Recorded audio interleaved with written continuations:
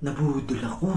Usapang budol. Kamusta? Ako nga pala si Orly Cabillo. Naranasan mo na bang mabudol? Sa tingin ko, halos lahat naman ng mga Pinoy ay nabudol na kahit sa maliliit na pamamaraan o malaking paraan. So, ma-share ko ng konti. Yung pinaka-recent kong budol sa tanda ko na to, nabubudol pa rin tayo. At ito yung mga dahilan din. Bakit ang mga Pilipino ay laging nabubudol?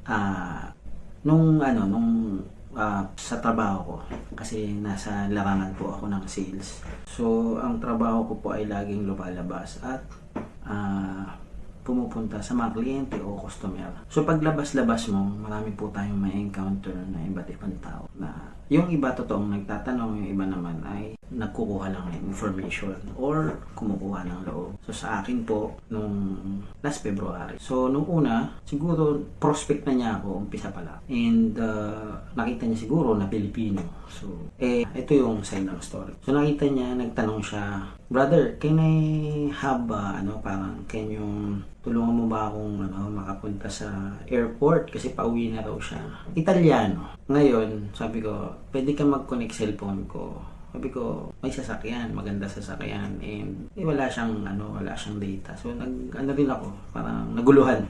So nagtanong siya ng location. Sabi ko, sige, connect ka dito sa cellphone ko, tapos search mo na. So, sige, makakabalik na. So ang sabi niya, uy, maraming salamat ha, makakawin. Uy, pwede mo tong ibigay sa asawa mo. Yan. Ang dami ko kasi dito, malalagyan lang ako ng custom sa airport, para mabuwasan tong babayaran ko.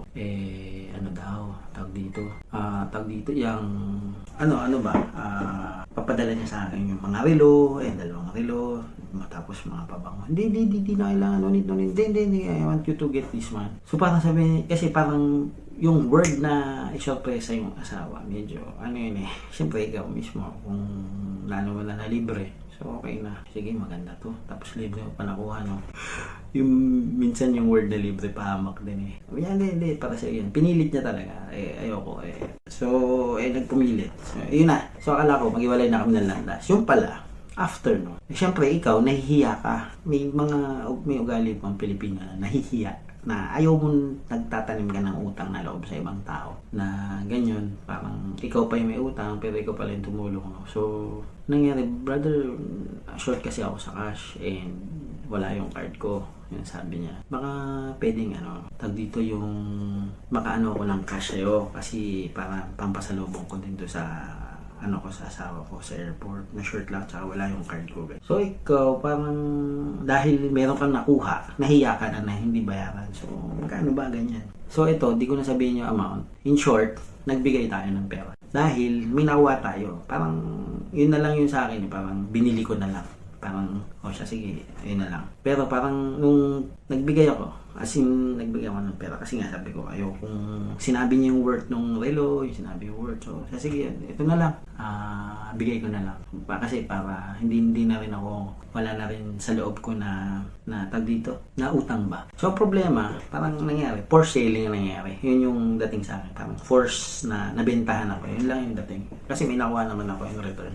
So ayun, yun na yung nangyari. So sabi ko, pagdating ko, nabudol yata ako. Pagdating ko sa bahay, sabi ko, mami, nabudol ako kasi, pero meron ako nakuha. Yun na lang sinabi ko. Sabi, chinek niya ako, original o hindi. Yung pabango fake daw. Pero yung isa, parang original. So, in short, yun yung aking kwentong budol for recently. Ang nangyari, recently lang din, mga 2 days back, may mga Pinoy or may doon sa Pinay moms, which is mga moms lang yun nandun, pinost niya yung sa asawa niya experience. Kaya sabi niya, nabudol daw ako. Yung pala, ang dami na pala niyang ganon, ang dami na palang story ganon. Kasi sa akin, ang lang, para hindi sumama yung loob mo, talagang pag may nawawala sa akin na pera or I'm taking it as a donation or charge to experience kasi sasama yung loob mo, magiging mabibigat yung pakiramdam mo During that time, talagang one day ko lang siya iniisip kinalimutan ko yan kasi hindi ka magiging masaya or hindi ka makaka-move on kung i-attach mo yung sarili mo doon sa bagay na nawala na. Para sa akin, something na bagay na wala na, is gone. Bakit i-hold mo pa yun sa isip mo? So, sa akin naman wala na. Nabalik lang kasi may nag-post na other nakabayan natin na ganun din yung experience, which is napakadaming comment din na sila din daw. So, ayun na, sinabi ni Mrs. na budol daw yun. So, sabi ko, I let go naman na yun. yung months na yun. So, wala na sa akin yun. Yun nga lang, yung mga nabibiktima or mabibiktima pa lang, medyo doon tayo, doon tayo, sana maging aware yung ibang tao. So, ito yung mga dahilan, bakit lagi nabubudol yung ating mga kababayan o mga Pilipino. So, bakit nga ba lagi nabubudol?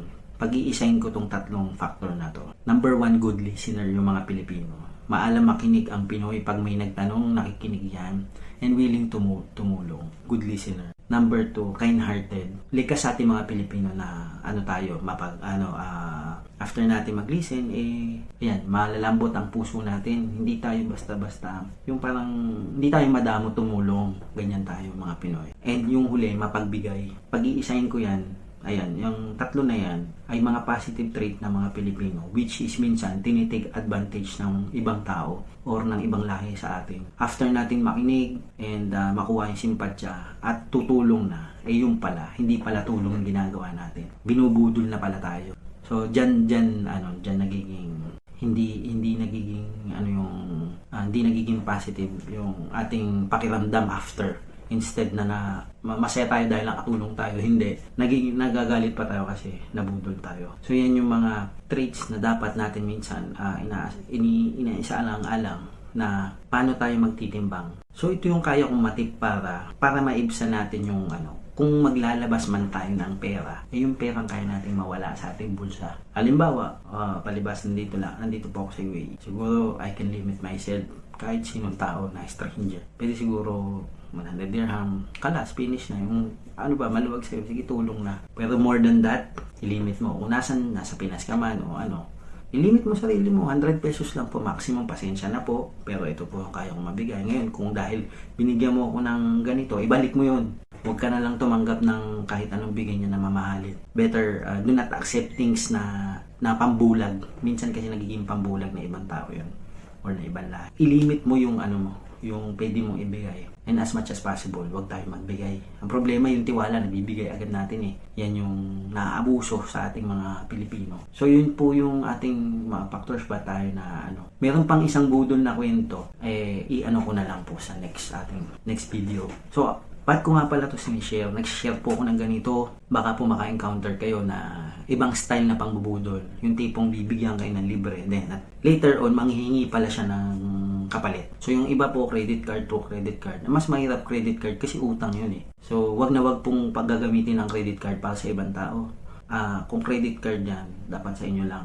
Kasi kayo gumamit. Pero pag sa ibang tao, maling-mali na po yun. Wag na wag po kayong gagamit ng credit card para sa ibang tao. Yung cash okay lang, at least hindi utang yun eh. Pero mali pa rin, kasi imbis na magamit mo sa iba, nagagamit pa sa ibang tao. So maging aware po tayo, yan po yung aking Kasi kalaban natin dito yung mga budulero. Napakalaking, dami po niyan, iba-ibang lahi, Pinoy. So, ayun po. And kung kayo sakita dito sa mga ganitong topic, please join my group, Lumi Discounting Pinoy. And singit ko lang din po. I believe in this phrases, delayed gratification. Kung ikaw po ay nagsusumikap ngayon, I'm sure magagratify ka in the later stage. And singit ko lang po yung aking maliit na store sa baba. And isa po akong insurance agent and real estate agent sa Philippines. Kung kailangan po ng insurance or property, I can help you. Yun lang po, mapagpalang araw po sa inyo lahat. Kalas!